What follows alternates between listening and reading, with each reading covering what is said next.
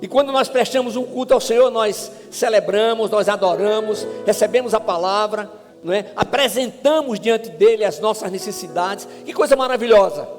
Porque o próprio Senhor, através do apóstolo Paulo, ele nos ensina, conforme está lá na carta aos Filipenses, que devemos apresentar diante do Senhor as nossas necessidades, com orações, súplicas e ações de graças. A súplica é uma oração fervorosa, então devemos apresentar diante do Senhor. Amém? Por gentileza, abra a sua Bíblia no Evangelho de João, capítulo 5. Eu vou falar hoje sobre um tema muito conhecido do povo de Deus. Um texto que de há muito a gente conhece, mas nós sabemos que é o Espírito Santo aquele que vivifica a sua palavra. Então, que eu e você estejamos com o nosso coração aberto, a nossa mente aberta, para que o Espírito Santo esteja falando conosco. Não espere uma palavra do homem, absolutamente, mas a palavra que o Senhor nos traz nesta noite. Evangelho de João, capítulo 5, versículos de 5 a 9. Estava ali um homem enfermo, havia 38 anos. Vendo-o deitado e sabendo que vivia assim havia muito tempo, Jesus lhe perguntou: queres ser curado? O enfermo lhe respondeu: Senhor, não há ninguém que me ponha no tanque quando a água é agitada. Por isso, enquanto vou, outro desce antes de mim. E Jesus lhe disse: levanta-te, pega a tua maca e anda. Imediatamente o homem ficou curado, e pegando a sua maca, começou a andar. E aquele dia era sábado. Amém? Que coisa tremenda. Que coisa maravilhosa. Há alguns anos, tive o privilégio de ir com Damares até Israel. E nós tivemos essa oportunidade, e foi algo extraordinário. Foi uma viagem inesquecível. A sensação de estar em lugares que Jesus esteve é indescritível. Ruínas que são preservadas. Então, quando a gente vai, a gente conhece aqueles lugares e passa não a ter uma ideia das distâncias, mas saber exatamente a distância de um lugar para o outro. É maravilhoso porque, visitando tais ruínas de lugares que têm história na palavra de Deus, nós podemos perceber quão maravilhoso é o nosso Deus. O trabalho que Jesus teve ali com seus discípulos, com um objetivo maior, de buscar e salvar o que se havia perdido. Tanque de Betesda. Tanque de Betesda era um local onde, vez por outra, a água era remexida, era agitada. E a primeira pessoa que mergulhasse, ficava curada. Então nós temos algumas teorias. Dentre elas, eles dizem o seguinte: não, aquele lugar é um lugar onde tem água mineral, e aí havia um processo e subia aquelas bolhas de vez em quando. Não tem nada de anjo ter vindo mexer a água. Interessante, não tem, né? Mas eu nunca vi água mineral curar paralítico, curar cego, curar pessoas que estivessem enfermas. Nunca vi. Eu me lembro que quando o guia estava nos falando ali, ele disse: há uma história que não é real, mas nós cremos no que diz a palavra de Deus. Aleluia. Louvado seja o nome de Jesus. Amém? Então, o tanque de Betesda, ele era composto de 5 pavilhões, onde uma grande multidão de enfermos ficava deitada, esperando o movimento das águas. Agora, a gente vê o seguinte, que Jesus entrou ali, naquele lugar, e ele curou apenas um homem. Porque no meu pensamento, no meu pensamento, você ia curando todo mundo. Mas o Senhor sabe de todas as coisas. Há propósitos específicos para cada vida.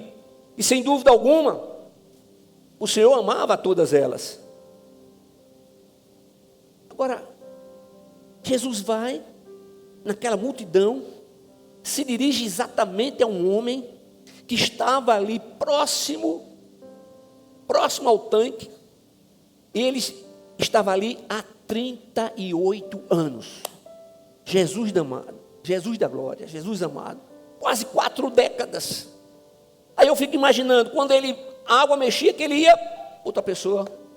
E aí Jesus faz uma pergunta direta, e ele dá uma resposta que não é uma resposta que eu entendo que deveria ser dada, mas é uma resposta que ela transmite, não é, profunda tristeza. Podemos dizer até que ele estava magoado, porque ele disse assim: Senhor, não há ninguém que me ponha no tanque quando a água é agitada, por isso, enquanto vou, outro desce antes de mim. Ele não tinha ninguém por ele, naquela terrível miséria, naquela terrível situação.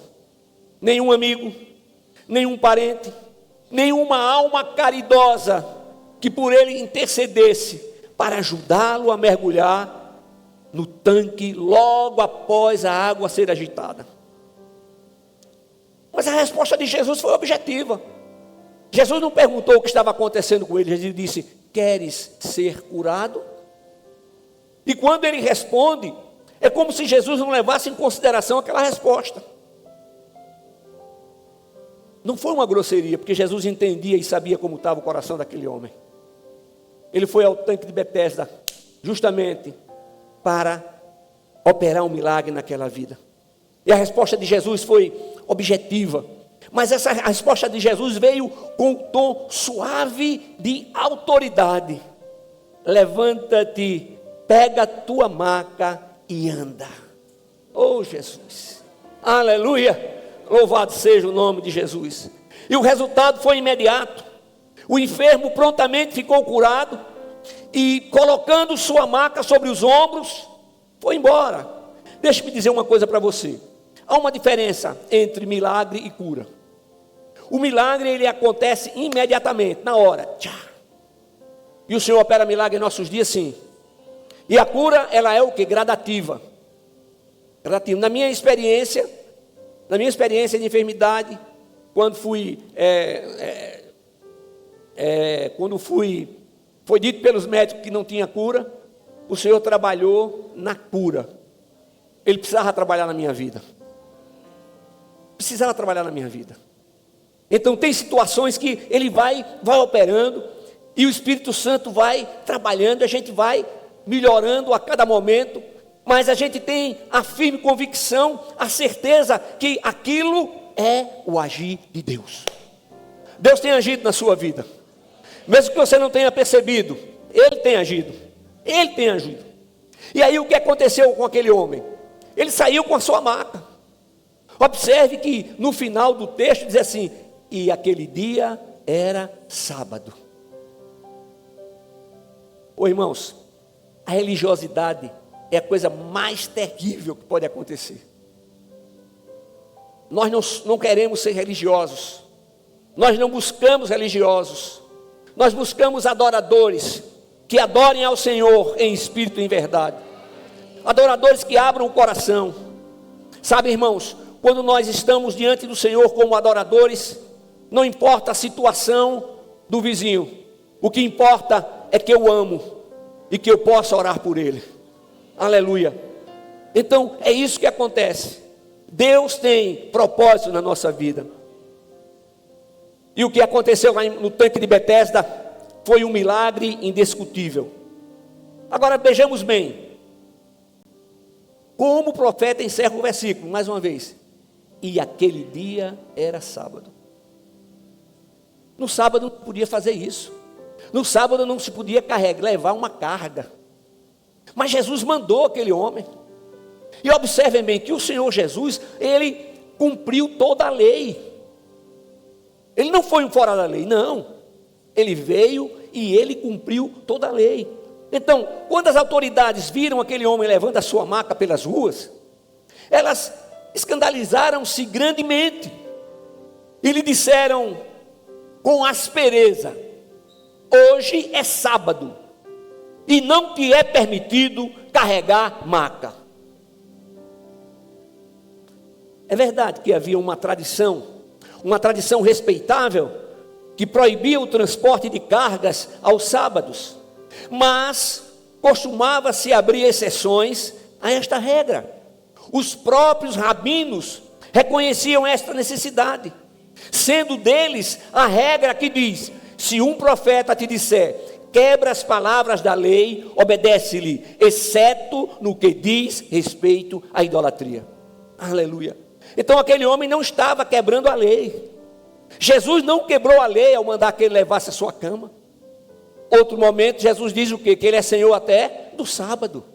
Jesus é maior do que tudo, é maior do que todos, aleluia. Todo poder lhe foi dado nos céus, na terra, debaixo da terra, em todos os lugares. E a esta norma se enquadrava o paralítico, que assim respondeu aos judeus, no versículo 11: aquele que me curou, esse mesmo me disse, pega a tua maca e anda, aleluia. O ex-paralítico estava dizendo algo muito especial. Ele tem o direito de mandar em mim. Ele disse isso, estava dizendo isso. Ele tem o direito de mandar em mim. Sua autoridade é superior. Ele me curou, mandou que eu colocasse a maca nas minhas costas, e eu estou indo para casa. Eu obedeci a ele. Foi ele quem me curou. Ah, Deus, que coisa tremenda, coisa maravilhosa. Nós precisamos entender que tudo aquilo que o Senhor faz tem objetivos específicos. Há objetivos específicos. Deus não faz nada simplesmente por fazer. Não. Ele age na nossa vida, mesmo quando nós não conseguimos ter a percepção disso. Ele continua agindo, porque Ele faz isso por amor. Ele é o Deus das oportunidades. Vocês têm ouvido, escutado eu falar isso sempre. Aleluia, glória a Deus.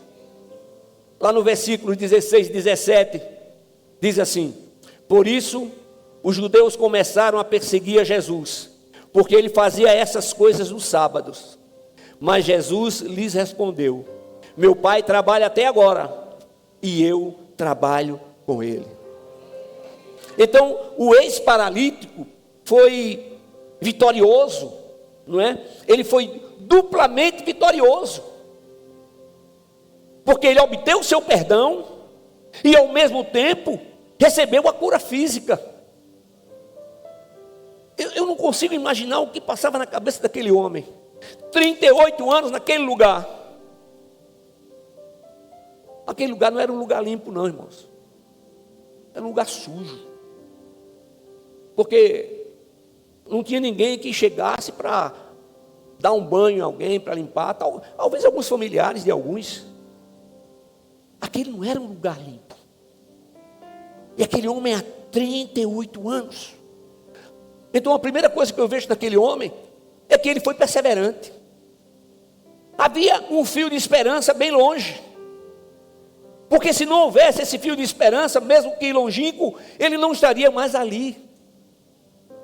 Aí você pode dizer, sim, mas os familiares, ele dava tanto trabalho que os familiares jogaram ele lá, como fizeram com muitos outros, para que lá ele morresse, ou fosse curado.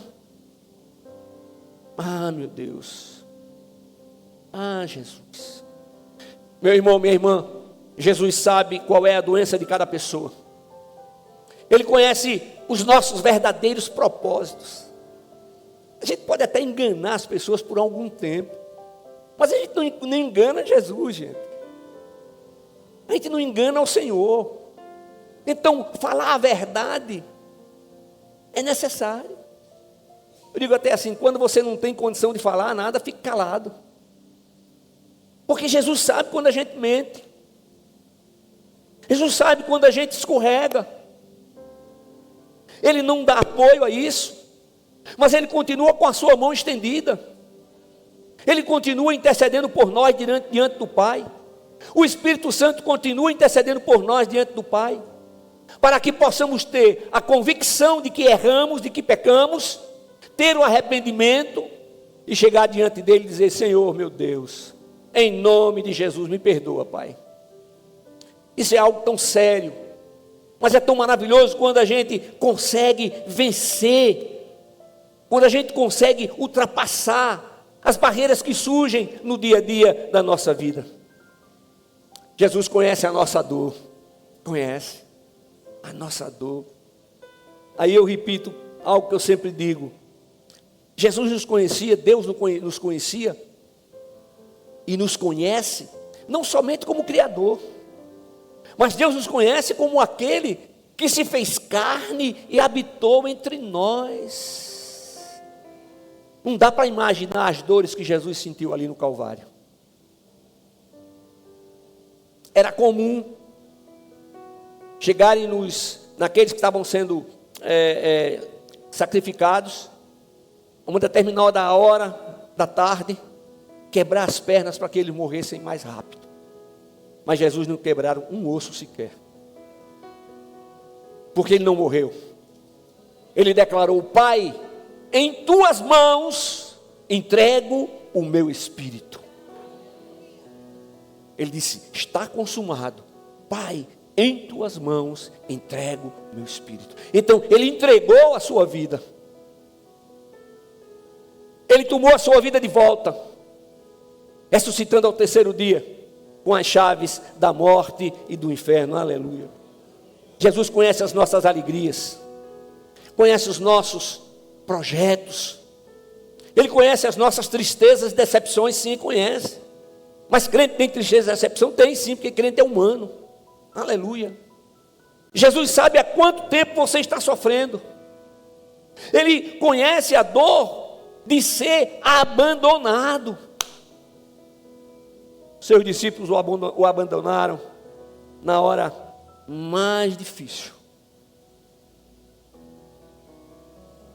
Ali no Getsêmani, Jesus vai aos seus 2 discípulos e diz para que eles intercedam por ele. Eles dormem, porque estavam muito cansados. Por 2 vezes isso acontece. Então Jesus sabe o que é não contar com a ajuda. Ele estava pedindo que orassem.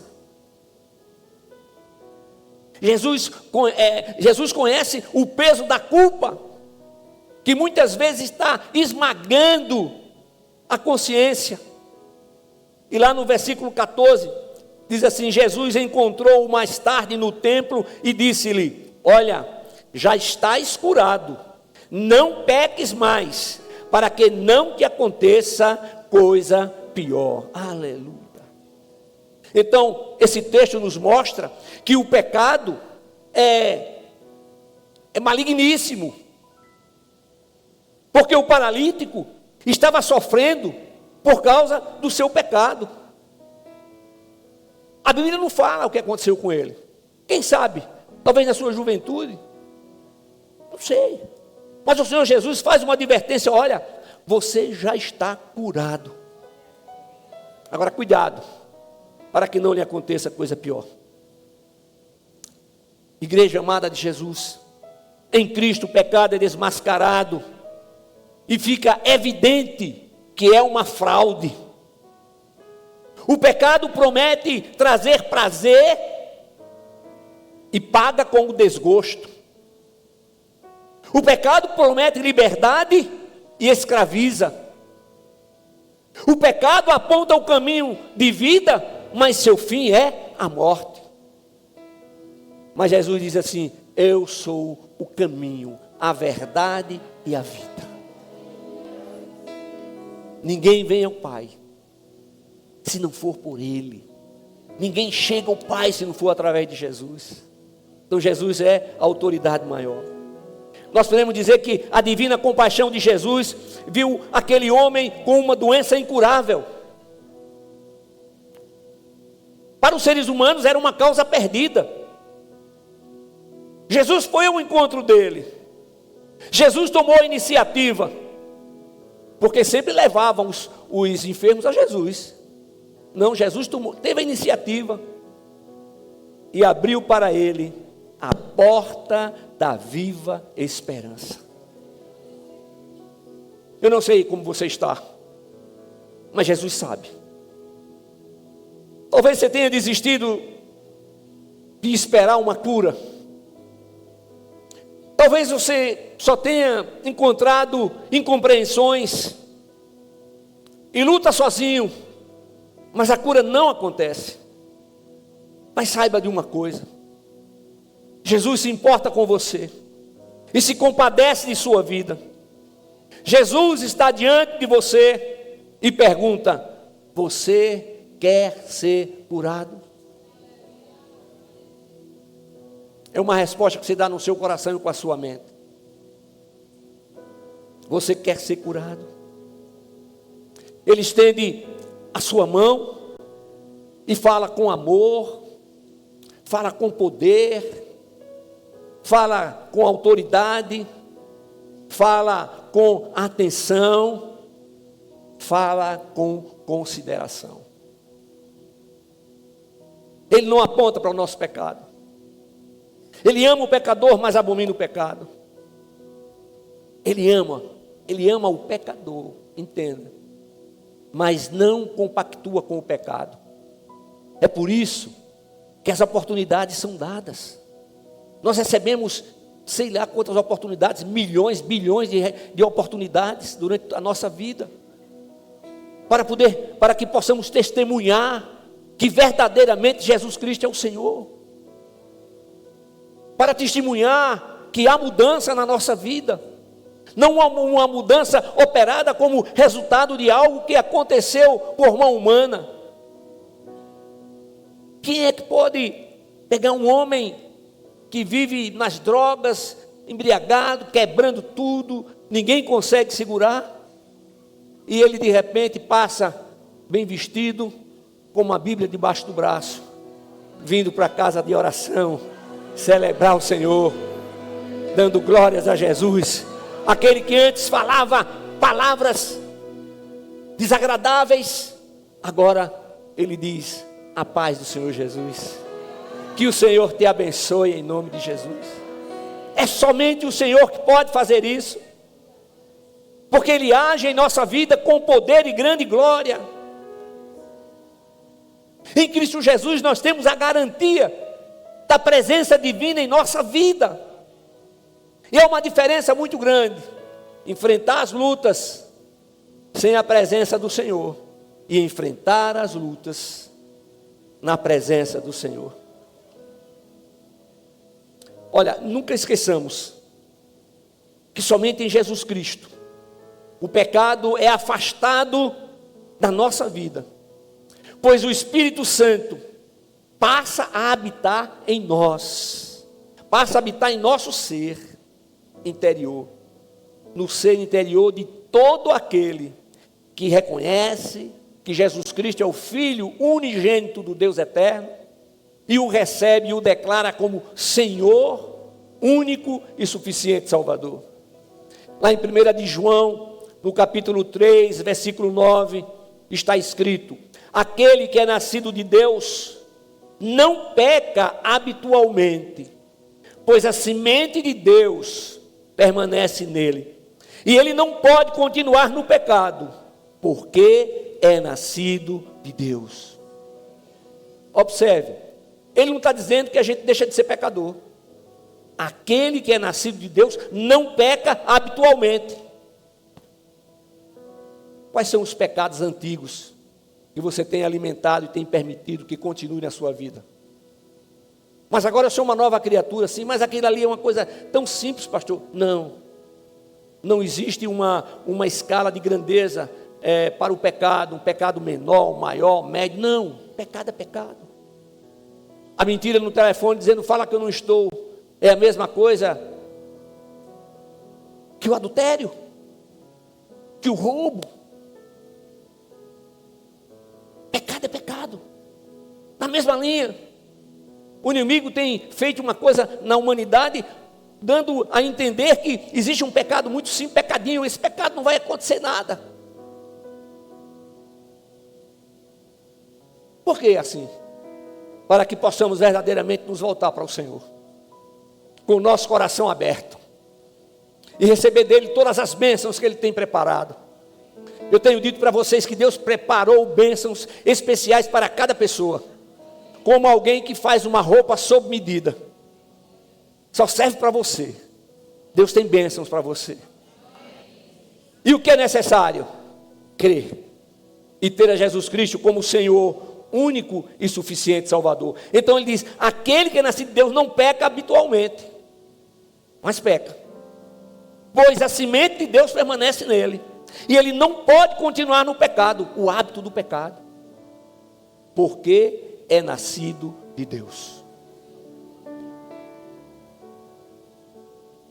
O mover das águas na vida daquele ex-paralítico foi algo tremendo. O mover das águas na nossa vida é algo tremendo. Algo que muda a nossa história. Podemos dizer que o tremor das águas foi no momento onde declaramos a Jesus Cristo como Senhor único e suficiente Salvador. Onde o Senhor nos resgatou das trevas para a sua maravilhosa luz, da morte eterna para a sua vida eterna. Mais uma vez, o ex-paralítico, que estava no tanque de Betesda há 38 anos, não desistiu. Não desistiu. Por que você pensa em desistir com tão pouco tempo? Eu não suporto mais. O Senhor não permite que venha sobre nós nada que não possamos suportar. Ele não permite. Às vezes a gente pensa assim, não vai dar, eu vou morrer, eu vou me acabar, não, e depois passa tudo. Tudo aquilo passou, por quê? Porque o Senhor estava com você. Aleluia, glória a Deus. Com a resposta que aquele homem deu a Jesus, nós percebemos que estava magoado pelo fato de não ter ninguém que o jogasse no tanque, logo após as águas serem agitadas. A segunda lição: nós não temos que esperar por ninguém. Eu vou me batizar, pastor, depois que fulano se batizar. Não. Eu vou entregar a minha vida a Jesus no dia que fulano entregar. Não. Eu vou buscar a santificação no dia que fulano começar a buscar a santificação. Não. É algo pessoal. E precisa ser imediato. Escute. O Senhor agora está agitando as águas para você. Isso significa que Jesus está somente aguardando a sua decisão de recebê-lo como Senhor, único e suficiente Salvador. Essa decisão não é uma decisão para ser membro desta igreja, mas é decisão por Cristo. Se você permitir, o Senhor fará tudo novo em sua vida, como fez na minha, do pastor Murilo,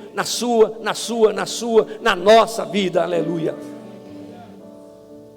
Jesus afirma que se você tiver fé, nada lhe será impossível. O paralítico, apesar do estado do seu coração, não desistiu.